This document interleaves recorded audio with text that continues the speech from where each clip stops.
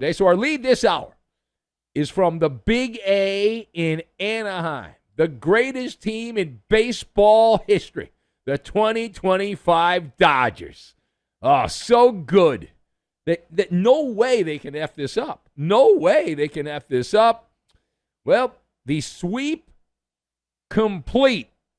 The lowly Halos, a pathetic, wretched franchise with the longest playoff drought active in Major League Baseball. They are the Bad News Bears in Anaheim, and they sent the gutless Dodgers into baseball hell. And if you didn't see the game, probably didn't, maybe you missed it, despite Shohei Ohtani starting for the Blue Crew. I guess couldn't bet on that. Catcher Logan O'Hoppe coming up big late in the game. He had a 2-run ribby single in the 8th inning, and the Angels swept the season Freeway Series with a 6-5 win over the once proud Dodger franchise. The sub-500 Angels somehow, some way swept both series against the supposedly immortal Dodgers this season. They have now won, going back to last year, 7 straight. That's a franchise record against the team they wish they were. Remember, the Angels play in Anaheim, which is in Orange County, about 35 miles or so from L.A., and they call themselves the L.A. Angels because they want to be the Dodgers. Anyway, yeah, but it's not about that. Did you hear the latest pearls of wisdom from Dave Roberts? Dave Roberts. If you did not see this or hear about it, maybe not, I watched the news conference, post-game news conference from the Big A there. Dave Roberts trying to spin bad baseball played by his team yet again. Roberts said he liked the way the Dodgers played as they got swept. I'm not making this up. I promise you, hand to God, I'm not making this up.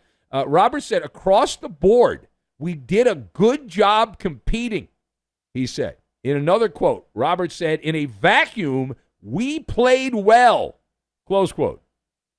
All right, so let us discuss.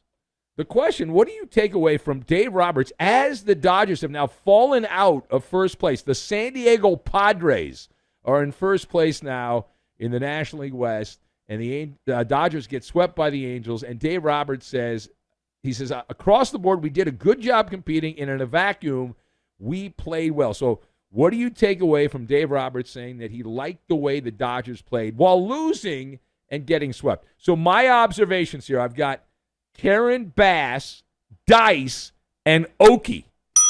And we will combine all of these things together, and we will cross the pearly gates is where we're going to go. So Number one. Now, it is appropriate that Dave Roberts mentioned a vacuum. You see, Dave Roberts, you are the vacuum. You suck the energy out of the room, yet there's no urgency. There's none. And Dave is the maestro of being tone deaf. He is. From back in the day, I really liked him in that spot. The Dodgers are in the middle of a skid. They look like they're going through the motions. And they've looked that way for a couple of months now. And the manager, plausibly the one who's the boss of the team on the field, is essentially saying, hey, don't worry about the results, guys. Just trust us, bro. That's what Dave Roberts is saying. It's like they're allergic to accountability over there. The players make so much money, you can't criticize them. The Dodgers, since July 1st, have played 36 games. They're 15-21. They're playing .417 baseball. That's the Dodgers. It's peak Dodger arrogance, and it drives me batty.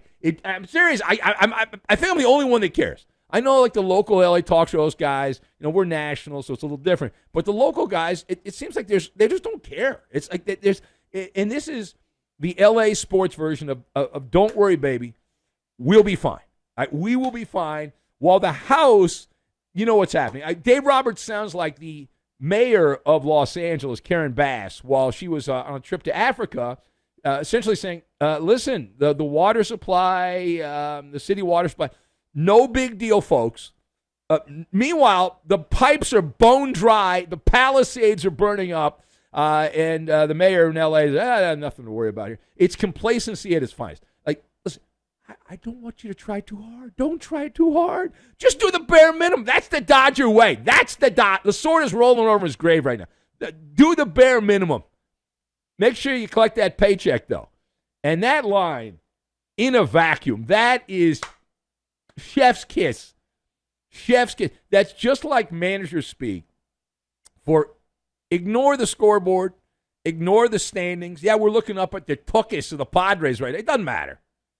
Yeah. See, Dave, for some people, I know not a lot, but for some people, like, it actually does matter. Like, and the standings do matter. And your guys look flat.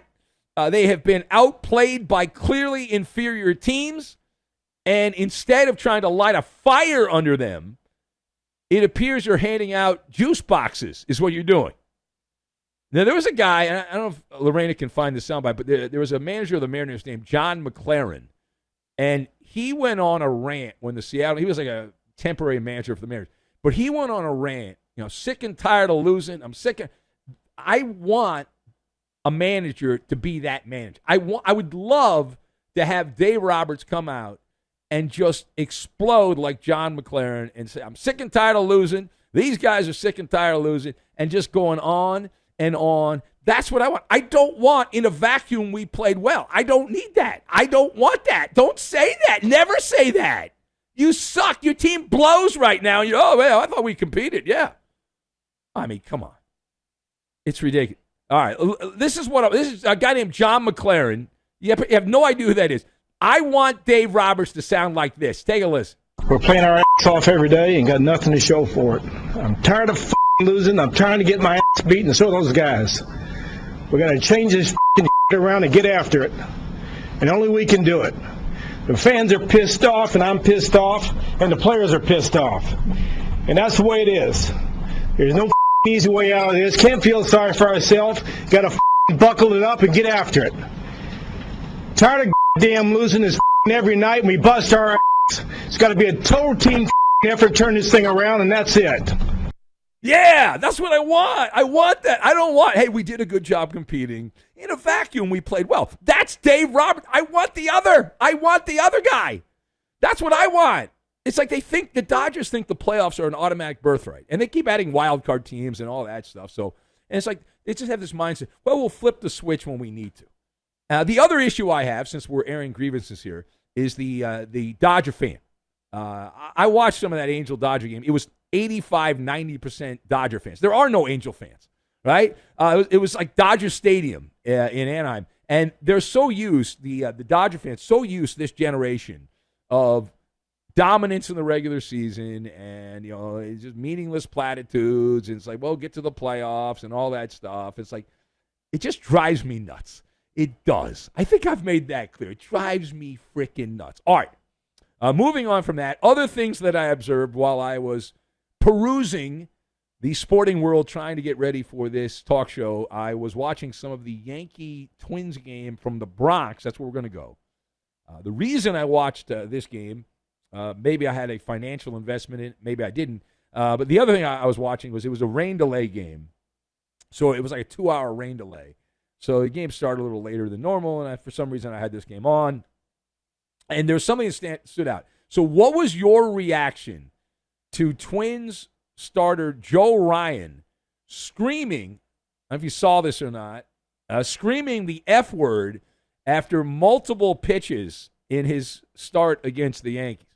Joe Ryan's the guy that was supposedly traded to the Red Sox, although it didn't actually happen, and he's like one of two guys. It's Joe Ryan and Byron Buxton and a bunch of Bush League players on the Minnesota Twins. Anyway, Joe Ryan is out there. So my reaction, so Joe Ryan's out there dropping F-bombs like it's a Scorsese movie, and it seemed like every other pitch in the middle inning, I think it was the fifth or the sixth inning, you clearly heard, I was on the Amazon feed, you clearly heard F. I can't say it. Clear as day. The Amazon broadcast mics picked it up, and every syllable was hilarious. I was texting my buddies, turn on the Yankee game. This is great. Joe Ryan is out there. He's like that old comedian Andrew Dice Clay from back in the day on the mound. He works blue. the Dice Man with the fastball. And then you got Michael Kay in the booth trying to gaslight the audience, kind of pretending like, yeah, you're not really hearing what you think you're hearing. Even he kind of gave up on that after a while. I was like, well, Joe Ryan's out there saying shucks. No, he's not saying shucks. Now, I don't hate this, by the way. I don't hate this. The guy's intense. He's got a weird thing, borderline, spectrum-y. There's not that many guys like that left in baseball, and I enjoyed it. He missed a pitch by an inch, and boom, F word. Kick a trash can. Does appear to be a heck of a pitcher, but he's also got this. He's like a tennis player. Yeah, tennis players like to grunt and curse and all that stuff, and. We just talked about the Dodgers, who look lifeless, and the Twins are a pathetic team. But it's refreshing when you see a player that has that competitive spirit and doesn't look like a lifeless zombie. You enjoy that, the raw emotion that you get. So I thought that was pretty cool. Now, a final point. We're going to stay with the Twins. Several of you who listen to us in the Twin Cities and the great state of Minnesota, you got to talk about this. You should talk about this. It's a big story. So after announcing that they were going to sell the baseball team, the Pohlad family, the group that owns the baseball team called the Twins, they did an about face this week, and they said in a prepared statement that they, quote, explored a wide range of potential investment and ownership possibilities, but, you know what that means, they will remain the controlling owners moving forward of the Minnesota Twins. So, how should Twins fans handle the Pohlad family deciding not to sell the Twins after all? All right, so the Minnesota baseball team just pulled a fast one worthy of like Ocean's 11, except instead of robbing a casino, they robbed the fan of hope. Because there was hope. There was like, okay, this is all going to be okay. The Pohlad family, they had the Twins fans thinking they were about to hit the Powerball. They started clearing the books. They sold off all the entire bullpen of the Twins, traded away half the big league roster. It was like a clearance sale at Big Lots. They were getting rid of everything. And you're thinking, okay, finally, these tightwads in Minnesota are cashing out. They've got a lot of debt. They're getting rid of contracts. And they're going to move on, sell the team. That you put up with it. You put up with it because you thought this would lead to the sale of the team. And a new owner who might even think, hey, we can build a World Series team. It's not just a rumor. But nope, psych. The old okie dokie. They did the okie dokie. 1 second, it's like the Gene Wilder scene from Willy Wonka, right? They're walking with a limp, and then the cane, and then the cobblestone, and then next thing you know, they fall. They're about to fall, hop back up, and strut in right to the bank with your ticket deposit. And just kidding, you peasants, you evil peasants. We're keeping the team. You'll take your 78-win season, and you're going to like it. Of course, the team's been treading water, the Twins, in the kiddie pool for, God, at least a decade, probably longer than that. And every time you think they're going to open the deep end of the pool, they toss in another pool noodle and a little floating flamingo, and they say, well, it's competitive balance. And as I have said in previous episodes of the show, it is going to take fan apathy to change things. Until then, enjoy the baseball version of Groundhog Day, where every year it's the same. They'll say, well, this will be the year we spend some money. They'll underspend, and they'll blame the weather, or they'll blame something else, or blame the Dodgers, the Yankees, or one of the teams that actually tries to spend money. And, of course, now the good news is the Twin fan can trade notes with the Angel fan. Because Artie Moreno, who has done nothing but put incompetent teams on the field in Anaheim, Artie Moreno attempted to do the same thing. He was like, I'm going to sell the team. Remember a couple years ago? I was like, yeah. And all the Angel fans got all horny. They got all excited. All right, we're going to get a real owner. Somebody who wants to compete, be a big market owner. And then Artie Moreno, he said, psych, I'm doing the okie dokie. And now the Twins have done the okie dokie. Everyone do the okie dokie. Because I'm more of the hokey pokey. That's more my jam.